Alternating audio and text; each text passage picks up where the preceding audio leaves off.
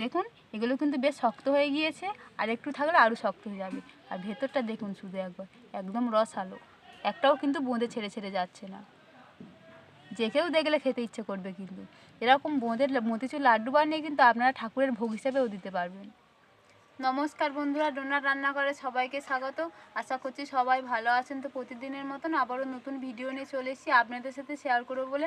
আজকে যে রেসিপিটা শেয়ার করবো সেটা হলো, আজকে আমি একদম মিষ্টি দোকানের মতন বাড়িতে মতিচুর লাড্ডু বানাবো। খুবই সহজ পদ্ধতিতে বানাবো। ভিডিওটা কিন্তু আপনারা শেষ পর্যন্ত দেখুন, আশা করছি সবার ভালো লাগবে। তো চলুন তাহলে মতিচুর লাড্ডু করার জন্য আমি কী কী উপকরণ নিয়েছি আপনাদের দেখিয়ে দিই। দেখুন আমি এই বাটি 2 বাটি বেসন নিয়ে নেবো। বেসনটা আমি আগে থেকে চেলে নিয়েছি যাতে কোনো ডেলা না থাকে। এবার বেসনটা গামলার মধ্যে ঢেলে দেবো।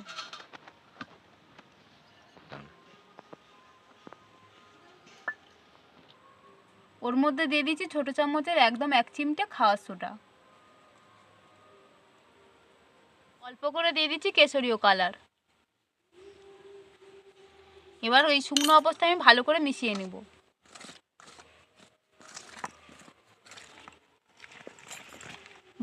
এবার আমি এর মধ্যে অল্প করে জল দিয়ে পাতলা একটা ব্যাটার তৈরি করে নেব। প্রথমে অল্প জল দিয়ে দিয়েছি, এবার আমি ভালো করে গুলে নেব। আবার জল প্রয়োজন হলে আমি আবার দেব।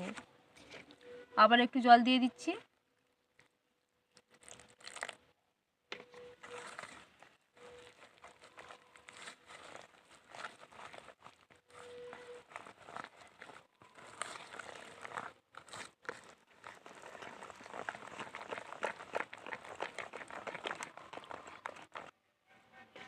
আমি পরিমাণ মতন জল দিয়ে দিয়েছি। এবার খুব সুন্দর করে আমি বেসনটা ফেটে নেব যাতে একটুও ডেলা না থাকে।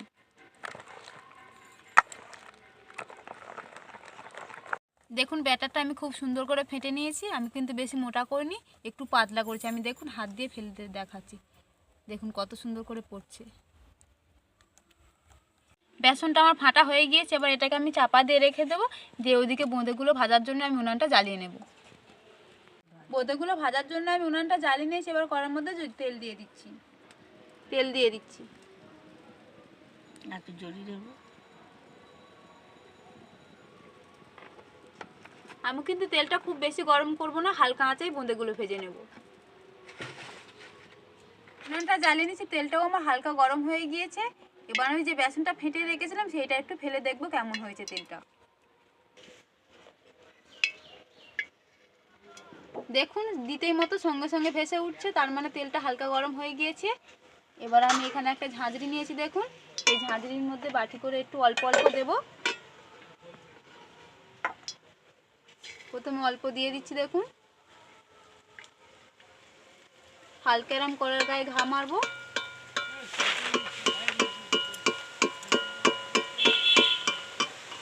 দেখুন মোদেগুলো কত সুন্দর ভেসে উঠেছে।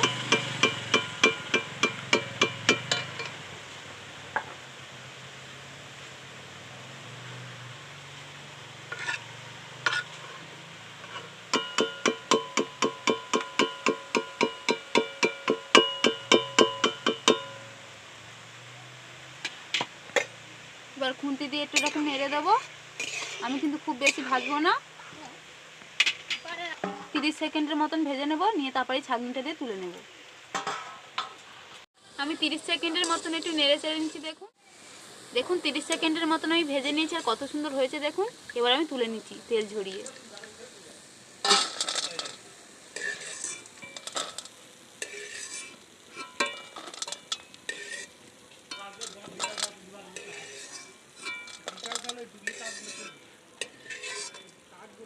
দেখুন বোঁদেগুলো ভেজে আমি তুলে নিচ্ছি, আর দেখুন কত সুন্দর লাগছে, একদম মিষ্টি দোকানের মতন কিন্তু বোঁদে। এবার আর একবার আমি আপনাদের ভেজে দেখাচ্ছি।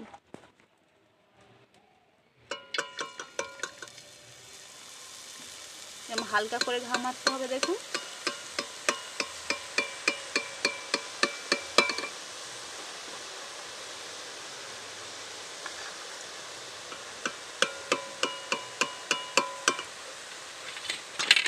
খুন্তি দিয়ে একটু নেড়ে দেবো।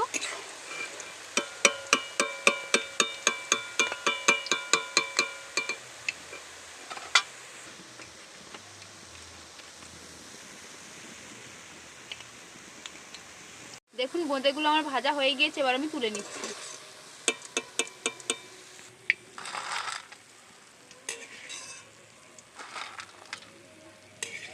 বাকি বোঁদেগুলো আমি একই রকম করে ভেজে নেব। দেখুন বোঁদেগুলো সব আমার ভাজা হয়ে গিয়েছে। আর আপনারা তো জানেন বোঁদে দু রকম কালার হয়, তাই আমি আগে থেকে একটু ব্যাটার তুলে রেখেছিলাম। দেখুন এখানে এক বাটি। এবার এর মধ্যে আমি লাল রং দিয়ে দেবো, দিয়ে ব্যাটারটা ভালো করে ফেটে নেব। ছোটো চামচের 1 চামচ আমি লাল রং দিয়ে দিচ্ছি। এবার একটু ফেটে নেব।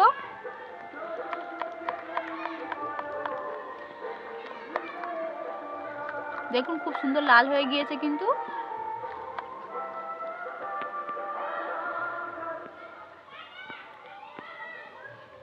এবার আমি এগুলো ভেজে নেব। বোঁদেগুলো ভাজা হয়ে গেছে আর দেখুন কত সুন্দর দেখতে লাগছে। এবারে আমি চিনি শিরা তৈরি করে নেব। চিনি শিরা তৈরি করার জন্য দেখুন এখানে এই বাটির আমি 2 বাটি বেসন নিয়ে নিয়েছিলাম, আবার এই বাটি 2 বাটি আমি চিনি নিয়ে নিচ্ছি। চিনি দিয়ে দিচ্ছি। এবার এই বাটি 2 বাটি আমি জল দিয়ে দেবো। যে পরিমাণ চিনি দিয়েছি সে পরিমাণ জল দিয়ে দেবো। ওই বাটি 2 বাটি আমি জল দিয়ে দিচ্ছি।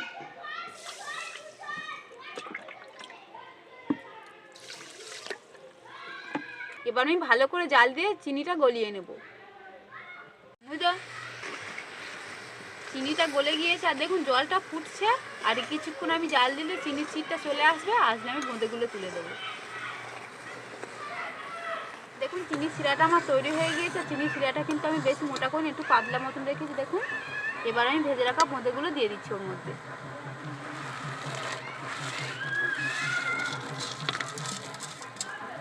এবার আমি নাড়তে থাকবো, খুব সুন্দর একটা লাড্ডুর পাক তৈরি করে নেব।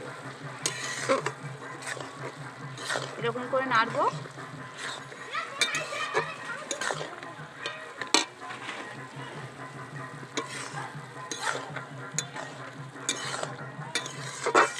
কিছুক্ষণ নেড়ে নিয়েছে আর দেখুন বোঁদে কতটা রস টেনে নিয়েছে, আপনারা দেখলেই বুঝতে পারবেন। এবার আর কিছুক্ষণ নাড়লে আমার লাড্ডুর পাকটা একদম তৈরি হয়ে যাবে।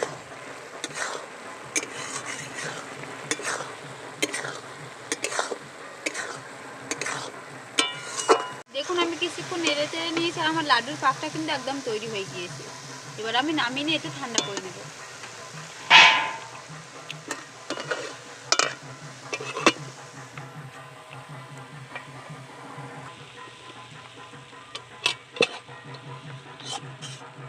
এবারে একটু খেলিয়ে দেবো। আমি কিন্তু খুব বেশি ঠান্ডা করব না।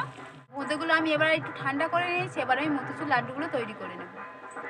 তার জন্য দেখুন এখানে আমি হাতে ঘি মেখে নিয়েছি। এবার মোতিচুর লাড্ডুগুলো আমি তৈরি করে নেব। এখান থেকে অল্প করে নিচ্ছি। আমি আমার মতন সাইজে করছি, আপনাদের যেমন মনে হয় ছোট বড় সেরকম করবেন। একটু রকম হালকা চাপ দিয়ে নিচ্ছি।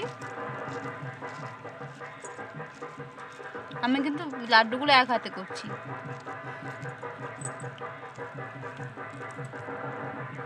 দেখুন কত সুন্দর দেখতে হয়েছে।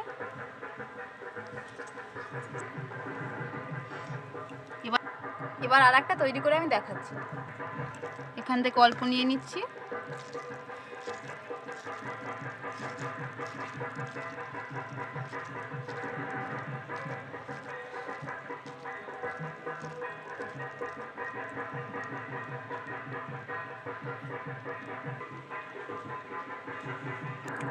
বাকিগুলো আমি একই রকম করে তৈরি করে নিচ্ছি।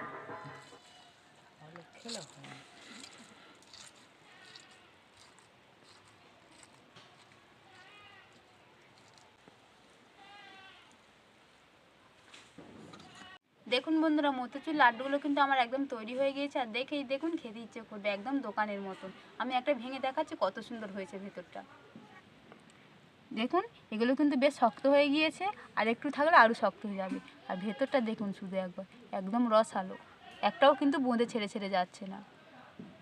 যে কেউ দেখলে খেতে ইচ্ছে করবে কিন্তু। এরকম বোঁদের মোতিচুর লাড্ডু বানিয়ে কিন্তু আপনারা ঠাকুরের ভোগ হিসেবেও দিতে পারবেন। দেখলেন বন্ধুরা আমি বাড়িতে কত সহজেই মোতিচুর লাড্ডু বানিয়ে ফেললাম। এরকম লাড্ডু বানাতে জানলে কিন্তু আর দোকান থেকে কিনে নিয়ে এসে ঠাকুরের ভোগ দিতে হবে না, আপনারা বাড়িতেই বানিয়ে নিতে পারবেন।